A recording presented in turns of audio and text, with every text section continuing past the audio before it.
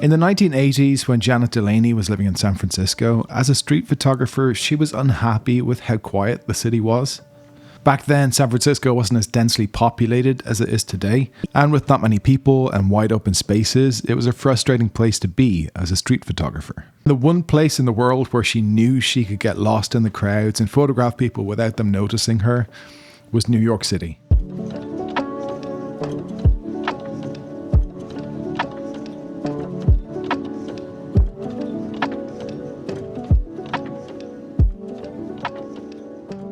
So what did she do? Well, she had a friend that scheduled courier flights, so she asked them if she could squeeze onto these planes and fit in amongst the cargo and hitch a ride from San Francisco to JFK. So that's what Janet did. She flew to New York, knowing only on very short notice that there'd be a ticket waiting for her at the desk, and 5 hours later she'd be in New York. And as you can imagine, absolutely shattered, but ready to tackle the streets, ready to commit, ready to get in amongst the crowds with her beloved camera, the Rolleiflex. And she took those flights time and time again because she was determined to pursue what she wanted. And years later, 40 years later, it ends up being in a book called Red Eye to New York. Now, have you ever gone to such lengths to take street photos? I know I haven't. For sure, I haven't done that. But I think this is a very good example of a great reward for putting in the effort. We can all learn from this because the work is incredible. It's rich with color and life and vitality and tenderness. And it's some of my favorite work from that period of street photography. We had the pleasure of catching up with Janet Delaney and talking about her Red Eye to New York work and interviewing her and featuring her photos in the 5th issue of Framelines Street Photography magazine. You can see Janet's photo on the cover here. In our interview, she talks about who inspired her at that time and her motivations for taking street photos, where she says, "Photographing people I don't know is an act of intimacy that can make my heart stop." I think it's one of the best features we've had in our series of magazines so far, so definitely check it out. You can pick up a copy at frame-lines.com, and if you click on the link in the description, you'll get 15% off.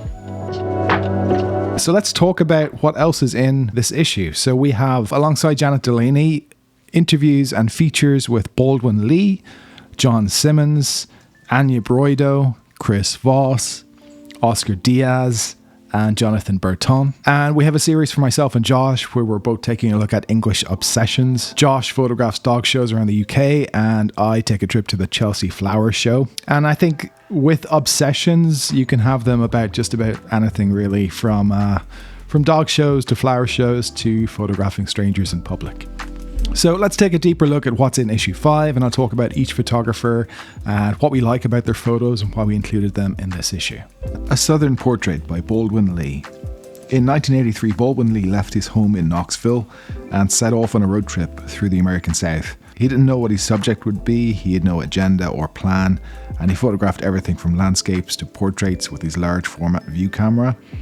Over the course of the trip, he found himself drawn to photographing Black Americans at home, at work, and at play. Over the next 7 years, he made numerous road trips to continue that work. We featured a selection of those photographs along with captions from Baldwin Lee himself, giving context for the photos and describing his process.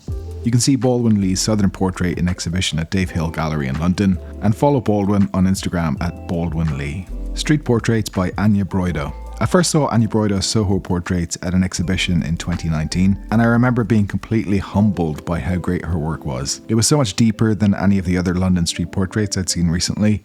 It was mature, sensitive, and full of tension and ambiguity. I became a fan immediately, and I've been following her work since then. She's continued taking portraits in Israel, Mexico, and New York, where she's currently working on new projects and teaching photography. Follow Anya on Instagram at anya.broido. John Simmons, Love on the Bus. This is one of my favorite street photos ever. It's just perfect.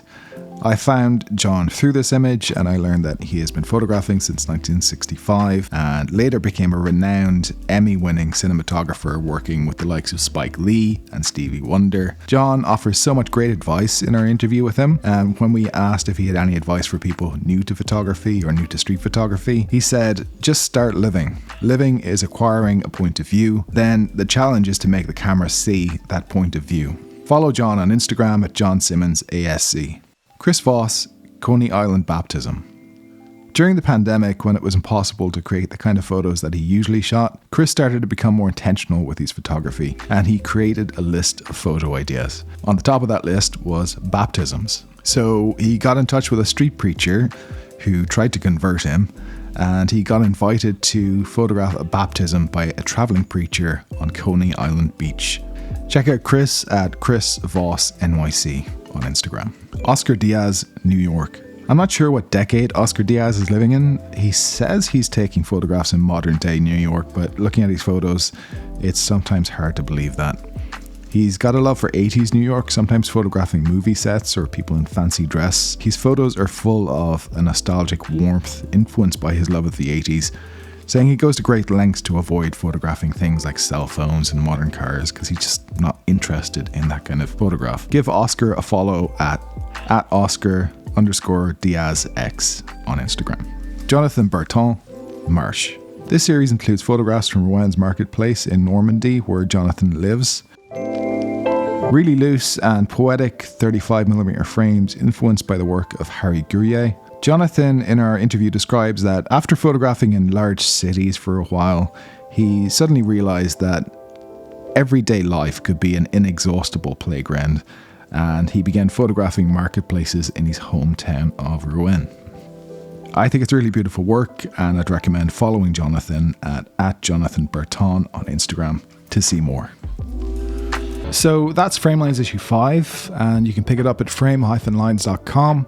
So the whole point of this magazine is that we want to share photography that we love in a medium that isn't as disposable as looking at it on a phone. In a medium where it just looks great, to be honest.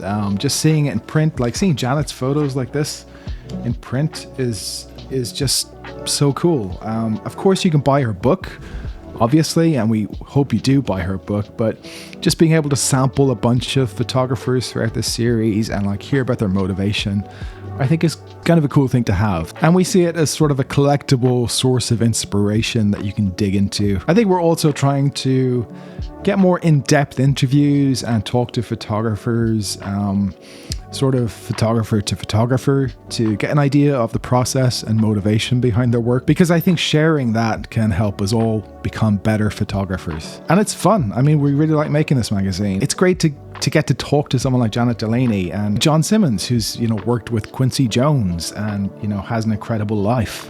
Being able to interview him and chat to him it's so great. And then being able to share that with you and share his photos with you. And hopefully some of these photographers are people that you're not familiar with, and then you appreciate them in this magazine. You sort of dig into it and you look up their books, or you find them on Instagram and you reach out to them. I mean, definitely reach out to them. Say hi, say Framelines sent you.